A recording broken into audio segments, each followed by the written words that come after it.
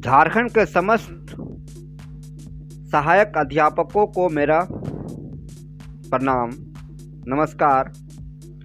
आइए बात करते हैं 4200 सहायक अध्यापक पहली आकलन परीक्षा से वंचित रह जाएंगे।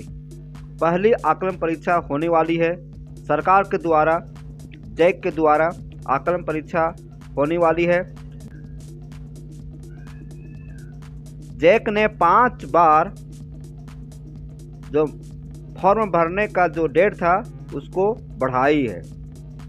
16 फरवरी को इसकी तारीख समाप्त हो गई है और जैक ने आवेदन लेना बंद कर दिया है। आवेदन लेने की सारे प्रक्रिया को जैक लॉक कर दिया है। अब जो शिक्षक नहीं फॉर्म भर सके, चाहे कारण जो भी हो, वो पहली आकलन परीक्षा से वंचित रह जाएंगे। बड़ा ही दुख की बात है।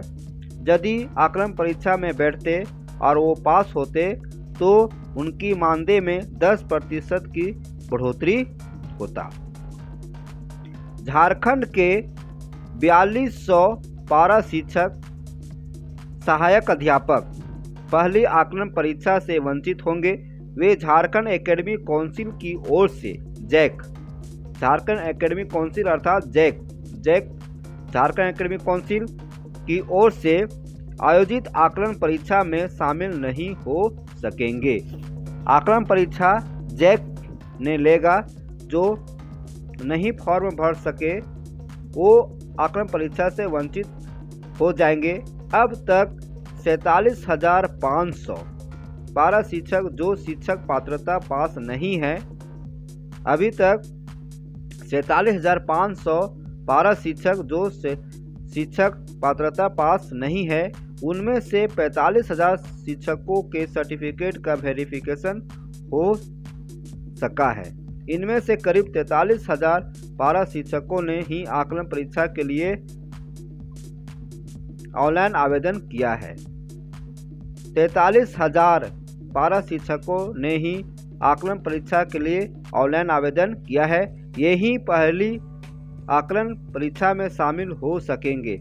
जो आवेदन किए हैं 43,000, वही शिक्षक आकलन परीक्षा में बैठ पाएंगे। आकलन परीक्षा में सफल होने वाले पारा शिक्षकों के मानदेय में 10% की बढ़ोतरी होगी।